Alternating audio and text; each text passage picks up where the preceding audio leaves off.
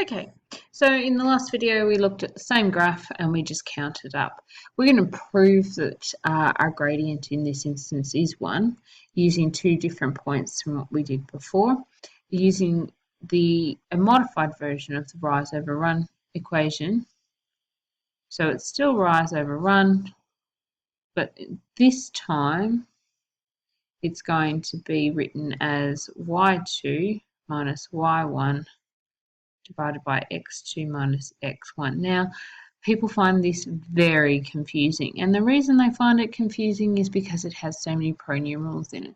So hopefully by the end of this video and after some more practice, you'll realize that it's really not that complicated. It's just about making sure you are clear in the order of coordinates. So if we consider this point here, it is -1 and 2. We consider this point here as being 1 and 4. Okay, I'm going to rewrite those coordinates so that we have two very clear points.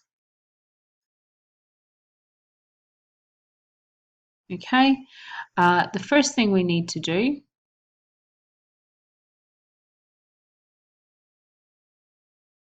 is determine which point you're going to consider point 1 and which is going to be point 2. Then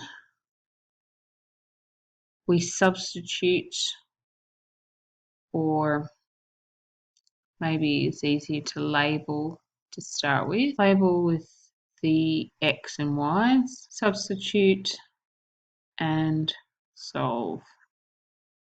Okay, so it doesn't matter which one's point 1, point 2. I'm going to go point 1, point 2, which makes this x1, this y1, this x2, this y2. And then I substitute it into the equation y equals y2 minus y1. So y2 is 4 minus y1 is 2. We then have x2 is 1 minus -1.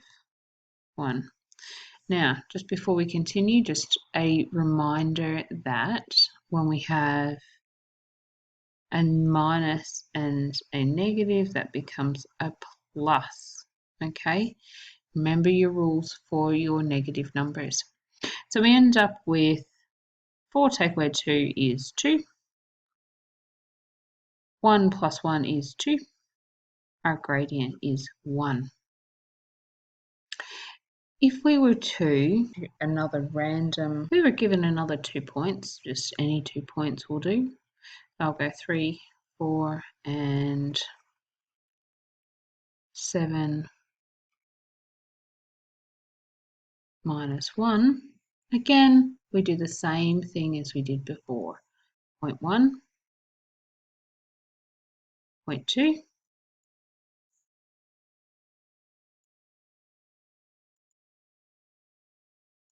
x1, y1, x2, y2. Substitute into the equation. So m equals -1 minus 4 over 7 minus 3, which gives us -1 take away 4 is 5, -5 on 4. So our answer would be -5 on 4, or if you want to change it into a decimal, it would be -1.4. Again, this is the hardest part of our topic, really. And we do need to have it because we use it again when we find the equation. So let's just say 10 to 14, 6. Label our points 0.1, 0.2, determine x1, y1, x2, y2, put it into the equation, so substitute 6 minus 2 over 14 minus 10, 4 over 4 equals 1. We'll do one more and then practice from the book. So -3, -2, -1, +4.